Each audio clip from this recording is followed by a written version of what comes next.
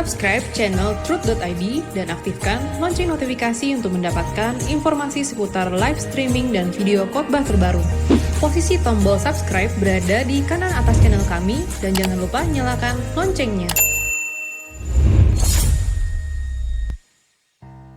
Shalom saudara sekalian, salam sejahtera. Kembali kita jumpa dalam acara Wanita Surgawi. Saudaraku, sebelum kita mendengarkan firman Tuhan, mari kita tundukkan kepala, kita berdoa. Bapa, urapilah anakmu ini, hambamu ini, agar menyampaikan pesan-pesan surgawi.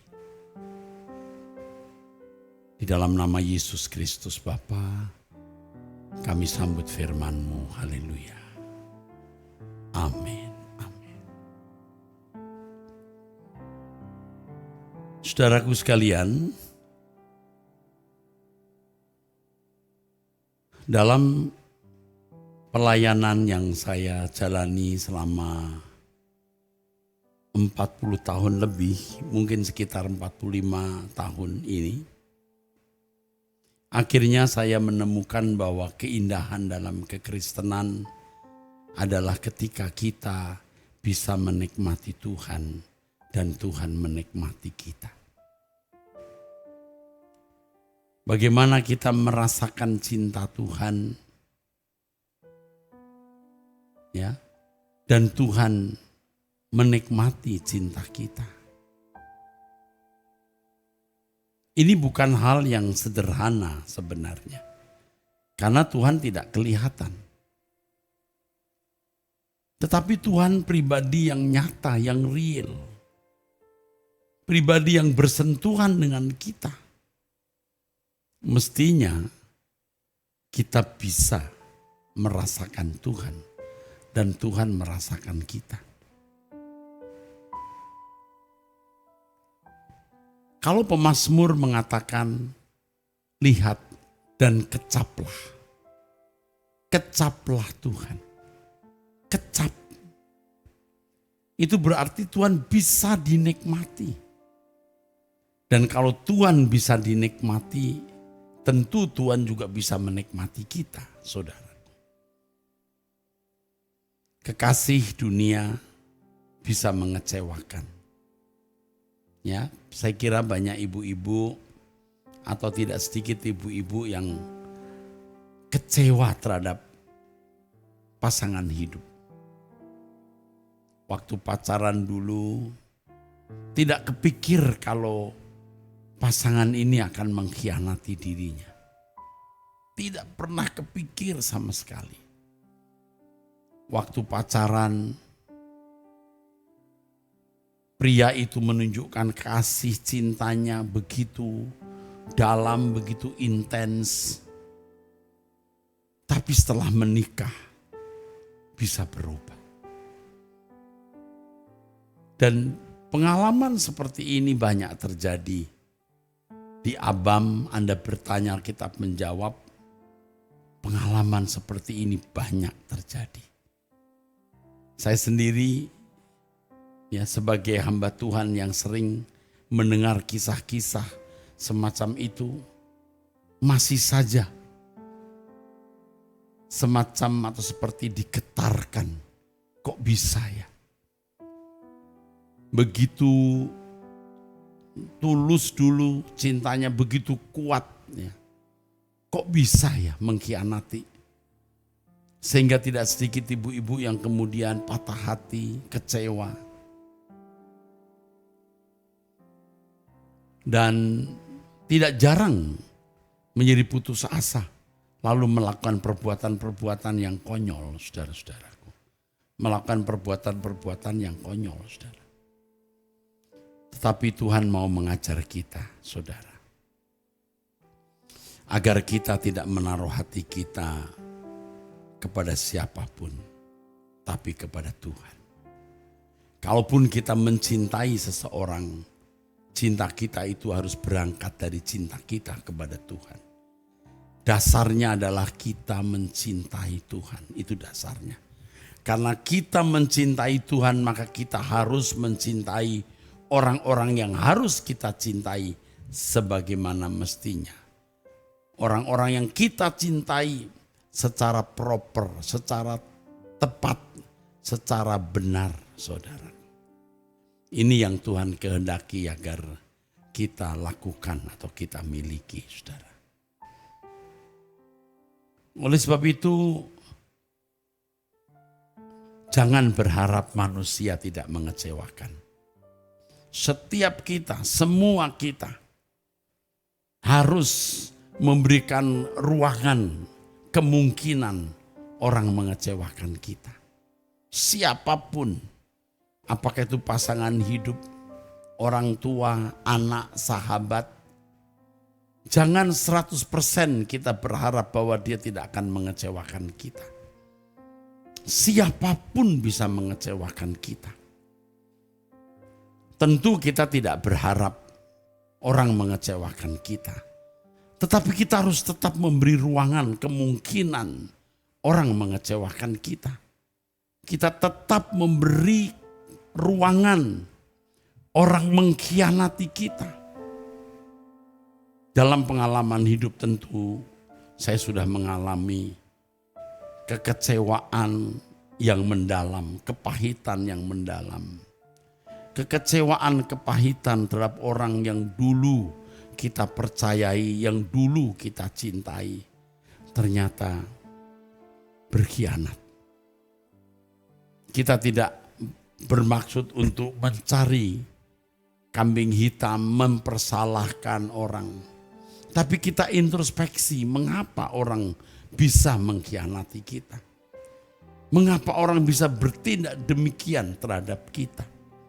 Itu yang kita persoalkan. Dan pengalaman hidup di mana kita dikhianati, dilukai orang, itu pelajaran kita. Pelajaran yang Tuhan berikan agar kita memberi pengampunan kepada orang yang melukai kita. Jadi saudara-saudaraku sekalian, beri ruangan dalam hatimu kemungkinan orang mengecewakan kita. Supaya kalau suatu saat benar-benar terjadi hal itu, kita tidak terlalu kecewa. Kalaupun kecewa, kita tidak tenggelam di dalam kekecewaan tersebut, saudara. Kita memberi ruangan kemungkinan orang menyakiti kita. Walaupun kita tidak berharap orang menyakiti kita. Tapi kalau kita sudah memberikan ruangan, orang melukai kita, dan orang benar-benar melukai kita, kita tidak terlalu terkejut. Kita tidak terlalu syok. Kita tidak menjadi patah hati karena kita sudah bersiap-siap menghadapi segala situasi yang bisa terjadi.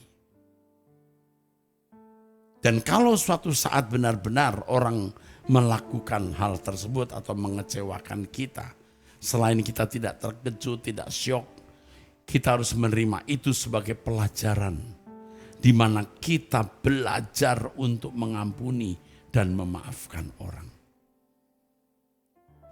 Saudara, ini hal yang harus kita lakukan supaya kita memandang hidup ini secara realistis. Inilah hidup. Yesus sendiri, saudara, dikhianati. Sejak semula Yesus berkata bahwa satu di antara kalian akan mengangkat tumit, melawan, memberontak, menyerang dan mengkhianati Yesus.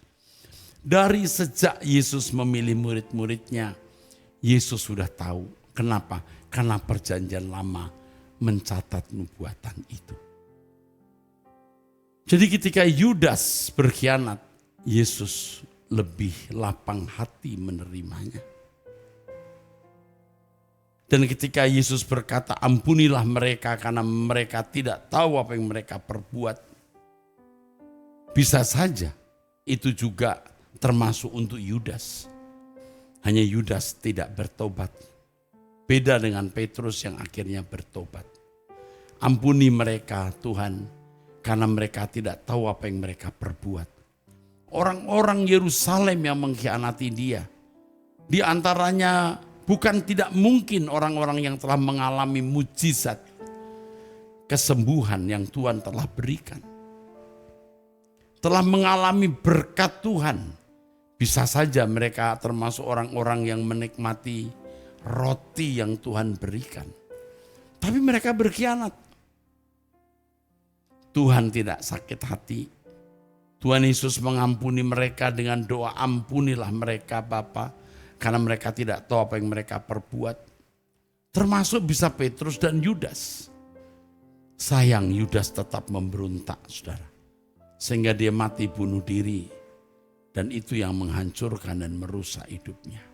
Beda dengan Petrus yang akhirnya bertobat. Jadi beri ruangan kemungkinan orang berkhianat kepada kita. Yang kedua, kalau hal itu terjadi, Tuhan memberi pelajaran yang mahal. Kita mengampuni orang yang bersalah kepada kita. Yang ketiga, jadikan Tuhan kekasih abadi. Tuhan tidak mungkin mengecewakan kita, saudara. Tidak mungkin Tuhan menyakiti kita. Ingat kisah air menjadi anggur di Kana. Itu permulaan Tuhan menyatakan mujizat. Ketika di pesta perjamuan itu mereka habisan air anggur, saudaraku. Yesus mengubah air biasa menjadi anggur. Pemimpin pesta berkata, biasanya orang memberikan anggur yang baik dulu, setelah itu anggur yang tidak baik. Jadi pemimpin pesta itu mengatakan biasanya orang memberikan anggur yang baik dulu, baru anggur yang tidak baik. Tapi kenapa ya setelah sekian lama pesta diadakan, mereka memberikan anggur yang baik di belakang hari, di belakang waktu maksudnya. Yang tadinya anggur yang baik sekarang lebih baik, bukan lebih buruk, saudaraku. Kok bisa ya? Bisa. Karena anggur yang kedua ini anggur dari Tuhan. Bukan anggur dari manusia. Anggur dari Tuhan. Tuhan yang mengubah air jadi anggur. Bukan anggur yang diperas dari buah anggur. Itu mujizat di mana Tuhan merubah air menjadi anggur. Wow. Ini luar biasa. Kalau manusia mengecewakan, Tuhan tidak. Biasa manusia memberikan yang baik dulu, jeleknya belakangan. Seperti yang tadi saya kemukakan waktu pacaran. Wah, cintanya menggebu-gebu. Perhatiannya begitu fokus dan intens. Tapi setelah menjadi suami, tidak lagi mencintai istri sebagaimana mestinya. Ini hal yang, jadi pada waktu pacaran, seseorang bisa memberikan cintanya begitu kuat. Tapi belakangan hari, setelah menikah, tidak memberikan cinta yang kuat seperti pada waktu pacaran. Anggur yang baik dulu, baru anggur yang tidak baik.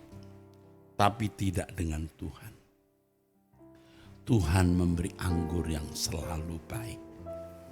Dari awal, pertengahan, dan akhir. Tuhan memberi anggur yang baik. Jadi saudara-saudaraku, jadikan Tuhan kekasihmu. Dia tidak akan mengkhianati engkau. Dia tidak akan melukai hatimu. Dia bukan memberikan yang baik dulu baru yang buruk. Dia selalu memberi yang baik. Allah bukan seperti manusia yang memberi yang baik dulu baru yang buruk. Tuhan selalu memberikan yang terbaik untuk kita. Menjadi kekasih Tuhan, saudaraku. Oleh sebab itu kepada ibu-ibu khususnya, yang sekarang sedang dikhianati, merasa dikhianati, jangan jadi lemah. Itulah fakta hidup. Beri ruangan kemungkinan orang berkhianat kepada kita. Hari ini pasangan hidup, besok bisa mertua. Bukan tidak mungkin anak, tetapi kita tidak kaget. Kita siap menghadapi segala situasi. Dan kita menjadikan peristiwa hidup yang pahit itu sebagai pelajaran rohani. Agar kita bertumbuh di dalam Tuhan. Lalu ketiga, menjadikan Tuhan kekasih. Tuhan tidak akan pernah mengecewakan kita. Manusia memberi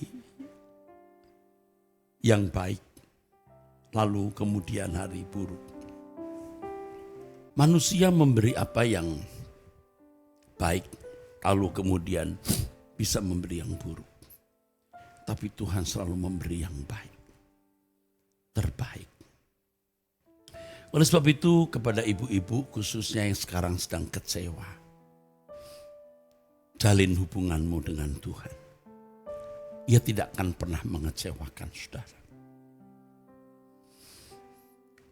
Saya sudah cukup punya umur 65 tahun. Saya sudah melewati hari-hari gelap, hari-hari kelabu, di mana saya dilukai, disakiti, dikhianati oleh orang-orang yang dulu saya sayangi. Sangat sayang.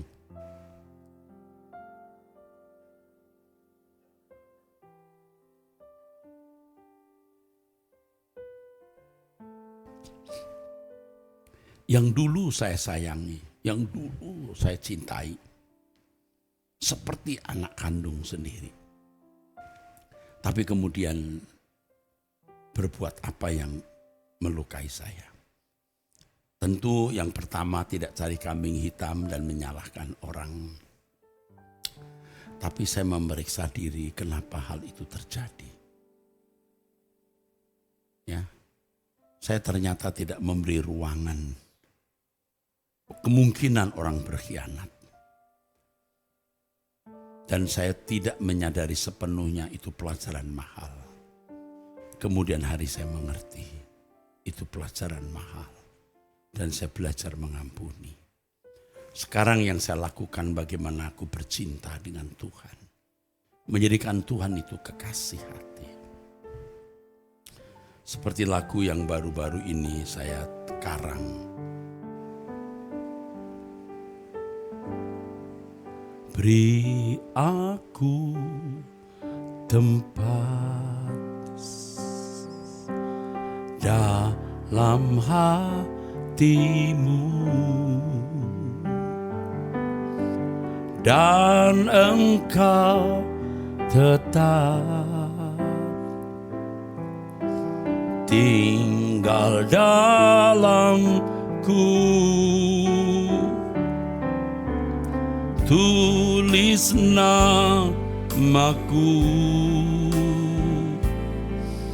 dalam hatimu, ku selamanya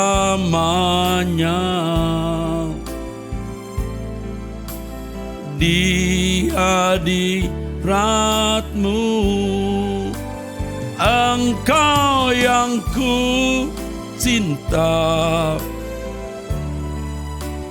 engkau yang ku puja,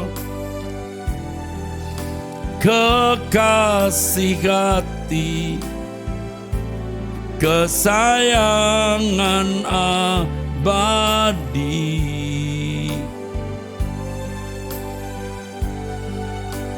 Engkaulah hartaku, kemuliaanku, selamanya kau kebahagiaanku.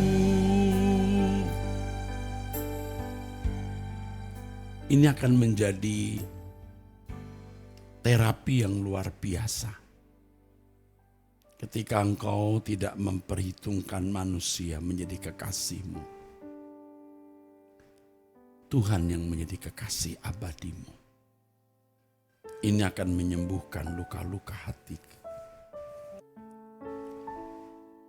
Saya manusia seperti saudara,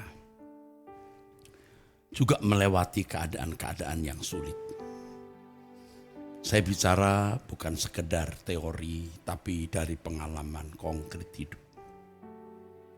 Banyak ibu-ibu yang dikhianati suami, dilukai mertua, disakiti oleh anak. Kita harus tetap kuat. Kita harus tetap kuat menjalani hidup ke depan. Beri ruangan kemungkinan orang berkhianat kepada kita. Yang kedua, jadikan itu pelajaran rohani. Dengan memberi pengampunan kepada orang yang bersalah kepada kita. Lalu jadikan Tuhan kekasih abadi.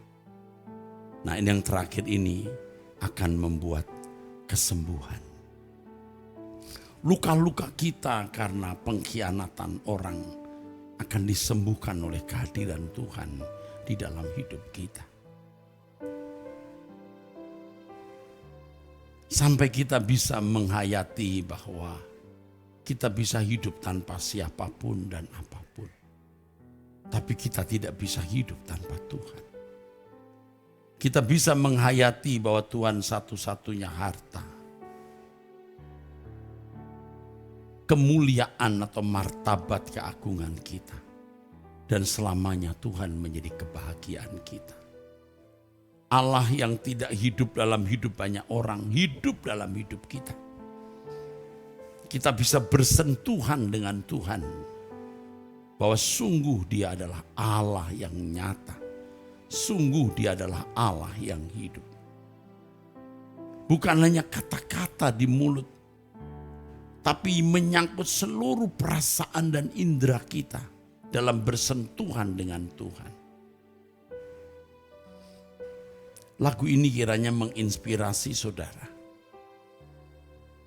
Kalau engkau dicampakkan oleh suamimu, dulu namamu terukir di hati suamimu, sekarang suamimu telah menyimpan nama orang lain. Jangan kecewa. Dulu anakmu menyimpan namamu di hatinya, sekarang namamu dihapus atau dicampakkan karena punya pasangan hidup. Dan nama pasangan hidup itu ada di dalam hatinya. Sementara pasangan hidupnya tidak berbakti, tidak hormat kepadamu. Jangan sakit hati. Tuhan menggantikan semua orang. Tuhan yang menggantikan tempat itu. Yang penting namamu ada di hati Tuhan. Untuk apa di hati manusia? Apa artinya? Tapi kalau ada di hati Tuhan, engkau menjadi kekasih abadi Tuhan. Engkau terpelihara, engkau terjagai dalam hidup ini.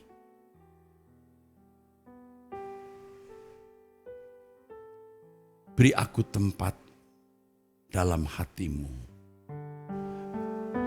Beri aku tempat dalam hatimu, dan engkau tetap tinggal dalamku. Tulis namaku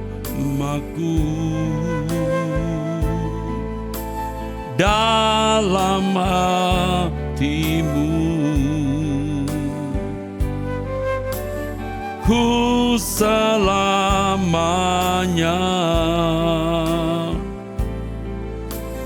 di hadiratmu. Engkau yang ku cinta,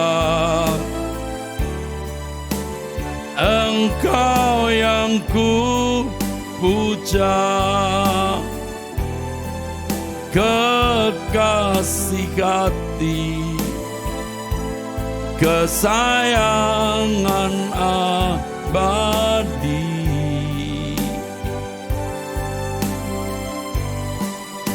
Engkaulah hartaku, kemuliaanku, selamanya kau kebahagiaanku. Tahukah saudara mengapa Tuhan berkata, jika kamu tidak membenci ayahmu, ibumu, saudaramu, bahkan nyawamu sendiri, termasuk itu pasangan hidup, kau tidak layak bagiku. Nyawamu, artinya orang yang paling kau cintai, bagi Abraham itu Ishak. Tapi kamu harus berani demi aku kehilangan semua itu. Ini bukan berarti kita mengupayakan kejahatan, mengupayakan penderitaan dan sakit orang-orang yang kita harus cintai ini.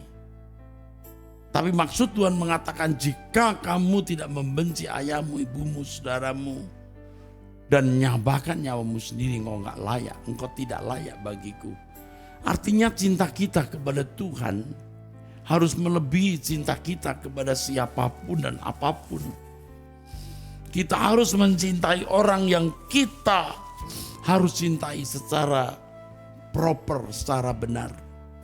Maksud secara benar adalah kita mencintai orang-orang yang kita cintai karena Tuhan.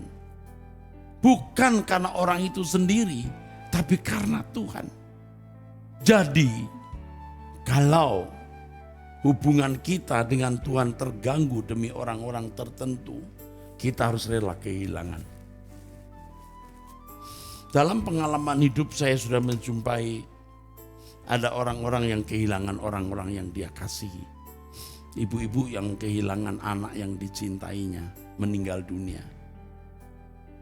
Dulu saya terus terang saya bingung, kenapa ya Tuhan izinkan anak secantik itu ketika usia masih remaja meninggal, padahal ibunya juga orang baik-baik. Ternyata saudaraku, Tuhan bisa membuat hubungan yang begitu eksklusif dengan orang-orang tertentu. Dan Tuhan tahu bahwa anaknya itu menjadi berhala. Tuhan ambil anaknya. Ada ibu-ibu yang menjadikan suami itu berhalanya. Harta kekayaannya, kebahagiaannya, kesukaannya. Dan itu membangkitkan cemburu di hati Tuhan. Jangan begitu, saudara. Saya mengerti sekali hal ini.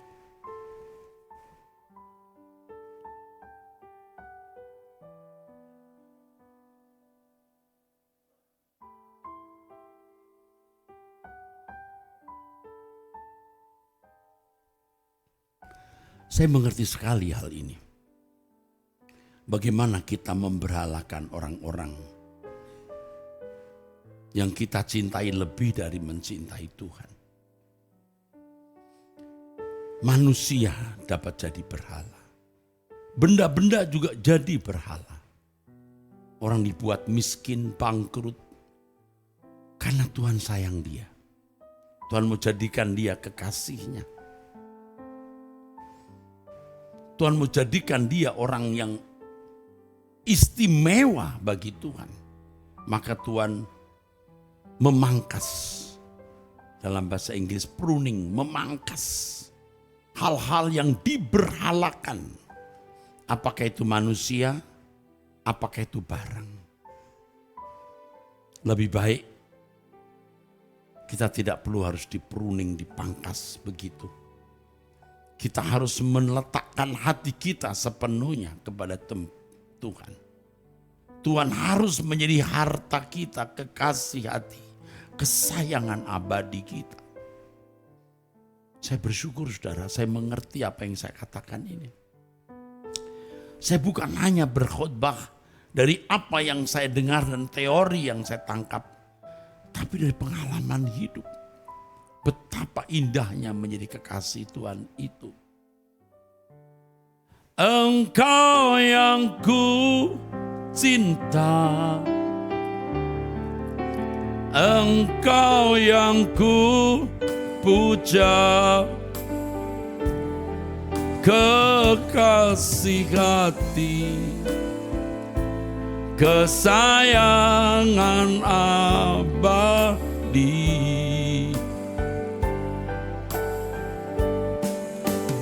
Engkaulah hartaku, kemuliaanku, selamanya Kau kebahagiaanku. Apa yang saya sampaikan ini, saudara, ini pesan Tuhan untuk saudara. Khususnya bagi ibu-ibu yang sedang kecewa, sakit hati, merasa terkhianati. Ini menjadi kekuatan dan penghiburan bagi saudara. Tuhan sayang kita. Jangan tenggelam dan hanyut dalam penderitaan, kepahitan, tapi kiranya firman ini memulihkan. Firman ini menyembuhkan saudara.